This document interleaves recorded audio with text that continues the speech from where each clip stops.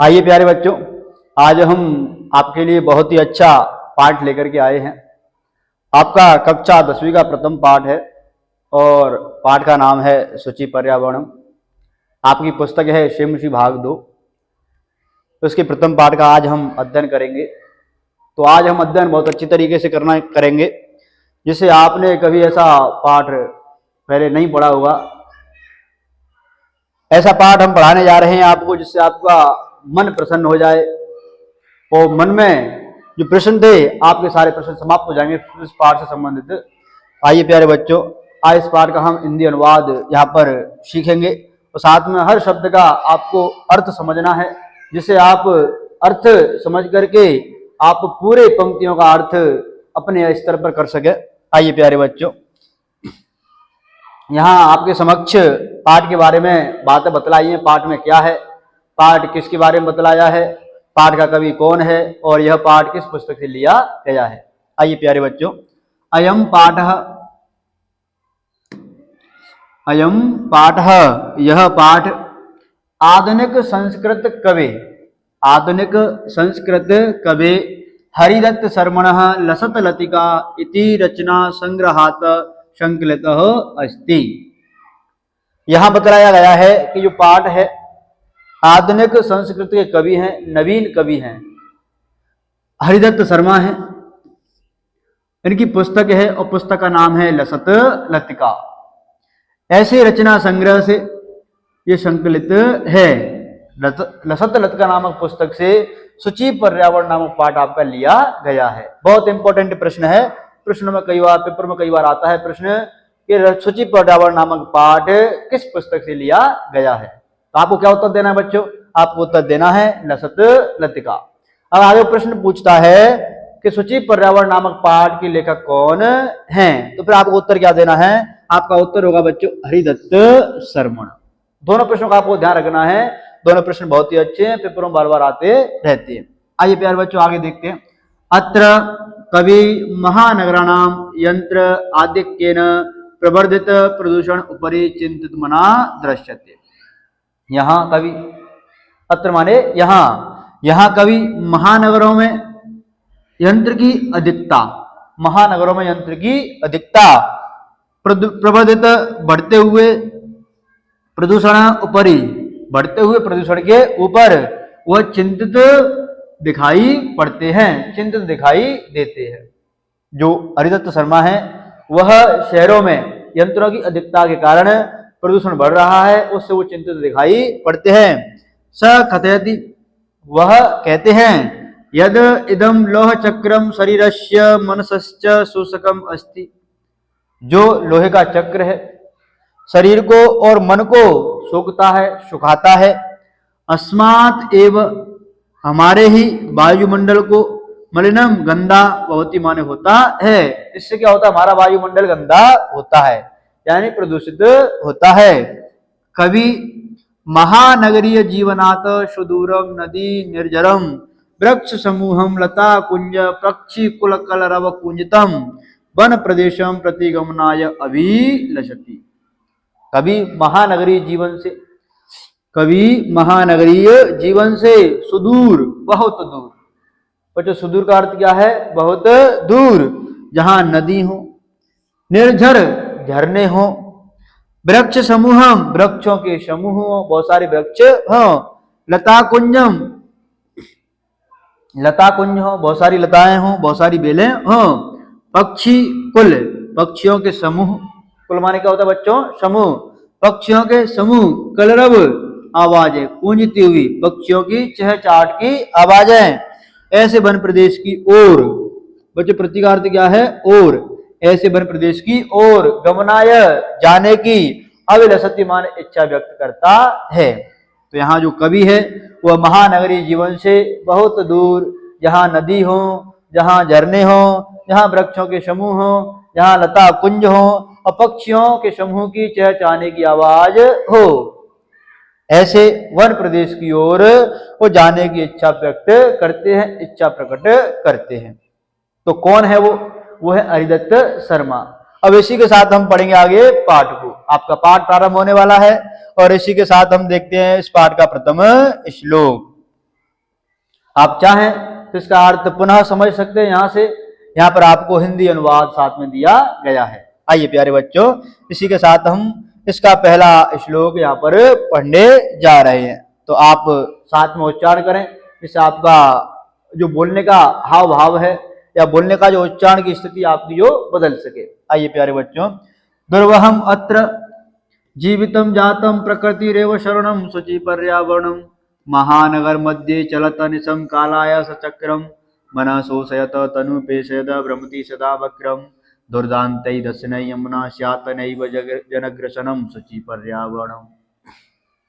यहाँ हम शब्दों को देखेंगे कि शब्द जो बड़े बड़े शब्द हैं उनके टुकड़े कैसे किए गए हैं और कैसा कैसा संधि कार्य किया गया है। दुर्वहम बच्चों शब्द क्या है? दुर्वहम शब्द है, आगे है अत्र। दुर्वहम माने क्या होता है बच्चों? कठिन। अत्र माने यहाँ।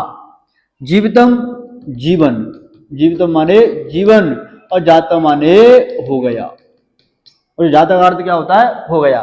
प्रकृति एव, यह संधि है विसर्ग प्रकृति, और जो शब्द क्या है? प्रकृति ही प्लस एव। विसर्ग के बन जाएंगे र और शब्द बन जाएगा प्रकृति रेव। तो प्रकृति ही, शरण माने शरण, शरण माने शरण। तो क्या कह रहा है वो? प्रकृति ही शरण। आगे है शुचि पर्यावरण। शुचि माने क्या होता है बच्चों? पवित्र या फिर शुद्ध। बच्चों शुचि का अर्थ क्या है? या तो पवित्र पढ़ो या पढ़ो आप शुद्ध। पर्यावरण कैसा रहे? शुद्ध रहे। या पर्यावरण कैसा रहे? पवित्र रहे। महानगर मध्य, महानगरों के मध्य में, महानगरों के मध्य में सप्तमी एक वचन है। चलत चलते हुए, अनिसम माने दिन रात। यहाँ शब्द है चलत चलते हुए, आगे है अनिसम। अनिसम का अर्थ क्या बच्चों? दिन रात, चलते हुए दिन रात। कालाय सचक्रम, काला माने लोहे का, सचक्रम माने चक्र, लोहे का चक्र। मनः शोषयत, मन को सुखाता हुआ। तनु माने शरीर, बच्चों तनु का अर्थ क्या है? शरीर। बच्चों तनु का अर्थ क्या है? शरीर। पेशयत पीसता हुआ, पीसता हुआ, पेशत माने पीसता हुआ। भ्रमति घूमता हुआ, सदा माने हमेशा, और वक्रम माने टेढ़ा, वक्रम माने टेढ़ा। ध्यान से सुनना, मैं हर शब्द का अर्थ बता रहा हूं आपको। आप शब्दों के अर्थों को समझें, जब भी आप इसका अनुवाद कर पाएंगे। दुर्दांतई भयानक, दशनई दांतों से, तृतीया का बहुवचन है दांतों से। दुर्दांतई भयानक, दशनई माने दांतों से, अमुना इससे। तृतीया का भी एक वचन है ये, अमुना इससे। स्यात नैव जनग्रसनम, आगे शब्द है बच्चों स्यात, आगे है नैव। तो यहाँ पे त है, त बन जाएगा संधि में न। इसका आपको पूरा पढ़ना है तो आगे संधि वाला चैप्टर जब पढ़ेंगे तो आपको बहुत अच्छी तरह संधियों के बारे में बता दिया जाएगा। आप यहाँ पे समझिए, स्यात प्लस नैव, तब ऐसे क्या बन जाएगा? न, और क्या बन जाएगा? डबल न, और शब्द क्या बन जाएगा? श्यानैव। यहाँ पर दो शब्द है। जनग्रसनम, जन माने लोग, जन माने लोग। अग्रसनम क्या होना चाहिए? लोगों का विनाश, लोगों का विनाश। इन भयानक दांतों से नहीं होना चाहिए। आपने शब्दों का अर्थ समझा। आगे हम समझते हैं पूरे श्लोक का अर्थ एक साथ आकर के समझते हैं। आइए प्यारे बच्चों, यहां अन्वय दे रखा है। पाठ में अन्वय पूछा जाता है, कभी पेपरों में अन्वय पूछा जाता है। इस श्लोक का अन्वय कीजिए, ऐसा 2 नंबर का पेपर में प्रश्न आता है। तो अन्वय साथ में दे रखा है, ज्यादा उल्टा सीधा नहीं है, थोड़ा थोड़ा अर्थ के अनुसार यहाँ पर आप अन्वय समझ सकते हैं। यहां जीवन जीना, यहां जीवन जीना कठिन हो गया है। यहाँ पहले जाएगा अत्र जीवन, दुर्वहम 3 पाया जाएगा, जातम माने हो गया है। अत्र जीवितम दुर्वहम जातम, यहां जीवन जीना कठिन हो गया है। यहां कैसा हो गया जीवन जीना? कठिन। कहां पर? इस प्रदूषण वाले संसार में जीवन जीना कठिन हो गया है। जहां महानगर हैं, जहां प्रदूषण बहुत ज्यादा है, वहां की कोई बात कर रहा है, या जो जीवन जीना है वह तो कठिन हो गया है। आइए प्यारे बच्चों साथ में देखें इसका अनुवाद। प्रकृति एवं शरण, प्रकृति ही शरण है। क्या करना चाहिए? हमें प्रकृति की शरण लेनी चाहिए या प्रकृति की शरण में जाना चाहिए। शुचि पर्यावरणम, पर्यावरण कैसा रहे? शुद्ध रहे, जिससे पर्यावरण हमारा शुद्ध बना रहे। महानगर मध्य, महानगरों के मध्य में कालायस चक्रम, लोहे का चक्र, अनिशम दिन रात, महानगरों के मध्य में लोहे का चक्र दिन रात चलता हुआ, मनः शोषयत, मन को सुखाता हुआ, तनु पेशयत, शरीर को पीसता हुआ, हमेशा टेढ़ा घूमता है। तो कवि कह रहा है कि महानगरों के मध्य में लोहे का चक्र दिन रात चलता हुआ, मन को सुखाता हुआ और शरीर को पीसता हुआ हमेशा टेढ़ा घूमता है। अमुना, इससे इसके दुर्दांतई दसनई, भयानकारी दांतों से, जनग्रसनम, मानव का विनाश नहीं हो, न माने नहीं, एवं माने ही, सात माने नहीं होना चाहिए। सात माने का अर्थ होना भी चाहिए, ये भी अर्थ यहाँ पर निकलता है, होना चाहिए। इससे इसके भयानक दांतों से मानव का विनाश नहीं होना चाहिए। आपने इसका अर्थ समझा? फिर से पुनः एक बार मैं अर्थ रिपीट कर देता हूं, जिससे आपको एक लय ताल के साथ या पूरे श्लोक का यहाँ पर अर्थ आपको एक साथ मिल सके। यहाँ जीवन जीना कठिन हो गया है, प्रकृति की शरण में जाना चाहिए, शुद्ध पर्यावरण बना रहे, महानगरों के मध्य में लोहे का चक्र दिन रात चलता हुआ, मन को सुखाता हुआ, शरीर को पीसता हुआ हमेशा टेढ़ा घूमता है, इससे भयानक दांतों से लोगों का विनाश नहीं होना चाहिए। बच्चों अर्थ समझ में आ गया होगा। यहाँ आप साथ में और अर्थ देख सकते हैं, यहाँ आप इस अर्थ को पढ़ भी सकते हैं और साथ में पुनः इसका मनन कर सकते हैं। आप आराम से इसको देखें। आगे हम तृतीय श्लोक का अन्वय पढ़ेंगे, श्लोक भी पढ़ेंगे, अन्वय पढ़ेंगे, साथ में इसका हिंदी अनुवाद भी पढ़ेंगे। आगे देखिए बच्चों, कज्जल मलिनम धूमम मुंचति सत सकटी यानम, बाष्पयान माला संधावती वितरंती ध्वानम, नाम पंक्तयो ही अनंता कठिनम संसरणम शुचि पर्यावरणम। यहाँ पे आप देखिए, कज्जल मलिनम, कज्जल मलिनम, काजल जैसा धुआं। कैसा धुआं बच्चों? काजल जैसा धुआं, काजल जैसा गंदा, और धूम माने धुआं, मुंचती माने छोड़ती है, मुंचती माने छोड़ती है। शब्दों के अर्थ ध्यानपूर्वक देखना, जिससे आप इसका अच्छे तरीके से अनुवाद कर सके। सत सैकड़ों, सकटियानम गाड़ियां, हजारों या सैकड़ों गाड़ियां, बाष्पयान वाला रेलगाड़ी की पंक्ति, काय की पंक्ति? रेलगाड़ी की पंक्ति, रेलगाड़ी की लाइनें। संधावती दौड़ती हुई, सम उपसर्ग है और धावती क्रिया है। बच्चों धावती क्या है? क्रिया। दौड़ती हुई, संधावती का अर्थ क्या बच्चों? दौड़ती हुई। वितरंती का अर्थ है देती, देती है। आगे ध्वानम आवाज, ध्वानम माने आवाज, इस देती का अर्थ बदल जाएगा, देती का अर्थ करती है, ऐसा अर्थ यहाँ पर आ जाएगा। याना नाम, यानों की या फिर साधनों की, पंक्तयो पंक्ति, ही अनंत, ही प्लस अनंता, यहाँ संधि है और आपको पाठ के प्रश्नों में संधि पढ़ने के लिए भी मिल जाएगी। ही प्लस अनंता यह संधि है। ई है, ई में से बन जाएगा यह पूरा हो जाएगा, ह आधा रह जाएगा तो ह आधा है, यहाँ यह पूरा है और सब हो जाएगा है अनंता, ही अनंता। अनंत, कठिनम कठिन, संसरणम चलना, संसरण का अर्थ क्या है? संचरणम चलना। कैसा हो गया है? कठिन हो गया है, पर्यावरण शुद्ध रहे। आइए इसी के साथ अन्वय और उसका हिंदी अर्थ हम यहाँ पर देखते हैं। सत सकटी यानम कज्जल मलिनम धूमम मुंचति, सत माने 100 या सैकड़ों, कितनी? सैकड़ों। सकटी यानम गाड़ियां, सैकड़ों गाड़ियां। कज्जल काजल जैसा, मलिनम माने गंदा, मलिनम का अर्थ क्या बच्चों? गंदा। काजल जैसा गंदा, धुआं छोड़ती है। तो सैकड़ों हजार गाड़ियां हैं, वो काजल जैसा धुआं छोड़ती है। जैसा कि हम देखते हैं सड़क पर जो साधन होते हैं जितने भी, सारा काला धुआं ही छोड़ते हैं, और काजल भी काला होता है, धुआं भी काला होता है। इसलिए इसको कज्जल मलिन बोला गया है। बाष्पयान वाला रेलगाड़ी की पंक्तियां, ध्वानम आवाज करती हुई, वितरंती करती हुई। क्या करती हुई? ध्वानम माने आवाज, वितरंती माने करती हुई। क्या करती हुई? आवाज करती हुई। संधावती दौड़ती है। जो रेलगाड़ी की पंक्तियां हैं वो आवाज करती हुई दौड़ती हैं। ही याना नाम पंक्तियों, और जो साधनों की अनंत पंक्तियां हैं, साधनों कितनी है? साधनों की अनंत पंक्तियां हैं। संसरणम चलना, और कठिन माने कठिन, चलना कठिन हो गया है। चलना कैसा हो गया है? कठिन। शुद्ध पर्यावरण रहे। पर्यावरण कैसा रहे? शुद्ध रहे।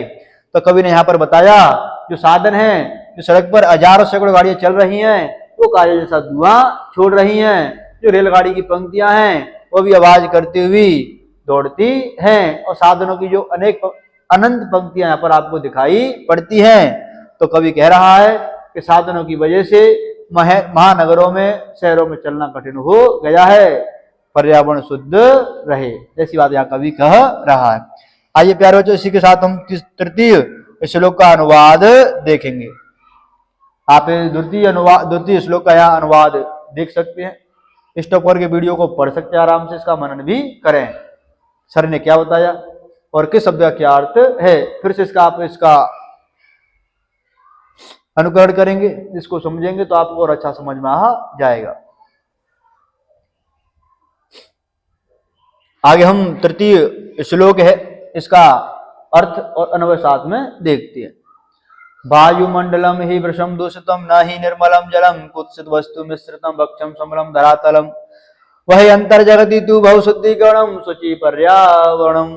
आइए देखते हैं। वायुमंडलम, जो हमारा वायुमंडल है, जो हमारे चारों तरफ क्या है? हमारा वायुमंडल है। वृषम अत्यधिक, बच्चों वृषम अव्यय है और इसका अर्थ क्या होता है? अत्यधिक। इसका अर्थ क्या बच्चों? अत्यधिक। दूषितम, दूषित गंदा, न माने नहीं, ही माने क्योंकि, निर्मलम माने स्वच्छ। बच्चों निर्मल का अर्थ क्या है? स्वच्छ। जलम माने जल। कुत्सित बुरी, वस्तु मिश्रितम, बुरी वस्तुओं से मिश्रित क्या हो गया है? भक्षम खाने पीने के पदार्थ कैसे हो गए हैं? बुरी वस्तुओं से मिश्रित हो गए हैं। समलम मल सहित। धरातलम, धरातल पृथ्वी, पृथ्वी कैसी हो गई है? गंदी हो गई है। समलम मल युक्त हो गई है। करणीयम करना चाहिए, क्री धातु है और अनियर प्रत्यय है, और अनियर प्रत्यय का अर्थ चाहिए अर्थ में प्रयोग किया जाता है, इसलिए करणीयम शब्द का अर्थ करना चाहिए, ऐसा अर्थ यहाँ पर निकलेगा। वही माने बाहर, रख हो जाएंगे विसर्ग, आगे बचेगा अंतः और आगे बचेगा जगति। यहाँ बच्चों तीन शब्द हैं, पहला है वही, उसके बाद विसर्ग, दूसरा है अंतः, इसके बाद विसर्ग, आगे है जगति। दो बार रुद्र विशेषण कार्य यहाँ पर हुआ है। वही माने बाहर, अंतः माने अंदर, जगति माने संसार में, जगति माने संसार में। तू माने तो, बहु माने अत्यधिक, बहु माने अत्यधिक, या फिर बात करें तो बहुत, बहुत को क्या बोलेंगे? अत्यधिक। शुद्धिकरण, शुद्धिकरण, करणीय माने करना चाहिए, पर्यावरण शुद्ध बना रहे। पर्यावरण कैसा रहे? शुद्ध। आपने एक ही शब्द का अर्थ देखा, अब हम पूरा समझेंगे अन्वय के अनुसार, इसका संपूर्ण अर्थ यहाँ पर देखेंगे। प्रदूषण है ना, प्रदूषण के द्वारा, किसके द्वारा? प्रदूषण के द्वारा क्या हो गया है? वायुमंडल भी अत्यधिक दूषित हो गया है। जो प्रदूषण के द्वारा, जो रेलगाड़ियों के माध्यम से, साधनों के माध्यम से, कवि ने बताया है कि प्रदूषण अत्यधिक हो गया है, तो उसके माध्यम से क्या हो गया है? जो वायुमंडल है अत्यधिक दूषित हो गया है।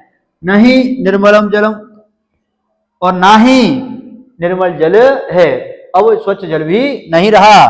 भक्षम, जो खाने पीने की बुरी वस्तुओं में मिलावट कर दी गई है, खाने पीने की वस्तुएं थी उनमें बुरी वस्तुओं को मिला दिया गया है, खाने पीने की वस्तुएं गंदी हो गई हैं। धरातलम समलम, और पृथ्वी कैसी हो गई है? मलयुक्त हो गई है। समलम माने मल युक्त। इसलिए अतः, इसलिए संसार, संसार में तो बाहर से और अंदर से अत्यधिक शुद्धिकरण करना चाहिए। संसार में क्या करना चाहिए, बाहर से और अंदर से इसका अत्यधिक शुद्धिकरण करना चाहिए। कवि कहता है शुचि पर्यावरणम स्यात्, जिससे हमारा पर्यावरण शुद्ध बना रहे। बच्चों इसका अर्थ आपको समझ में आ रहा होगा। पुनः इसके शब्दों के अर्थ आप समझ सकते हैं, बोर्ड पर लिखे हुए हैं। इसी के साथ आपको हिंदी अनुवाद बोर्ड पर बताया गया है और बोर्ड पर हिंदी अनुवाद को हमने लिख भी दिया है, जिससे आप इसको आराम से पढ़ करके उसका मनन कर सकते हैं। इसी के साथ यह आपका वीडियो समाप्त होता है। आगे हम द्वितीय पाठ के माध्यम से और जो श्लोक बचे हुए हैं उनका अध्ययन करेंगे। इसे वीडियो को देखने के लिए बहुत बहुत धन्यवाद।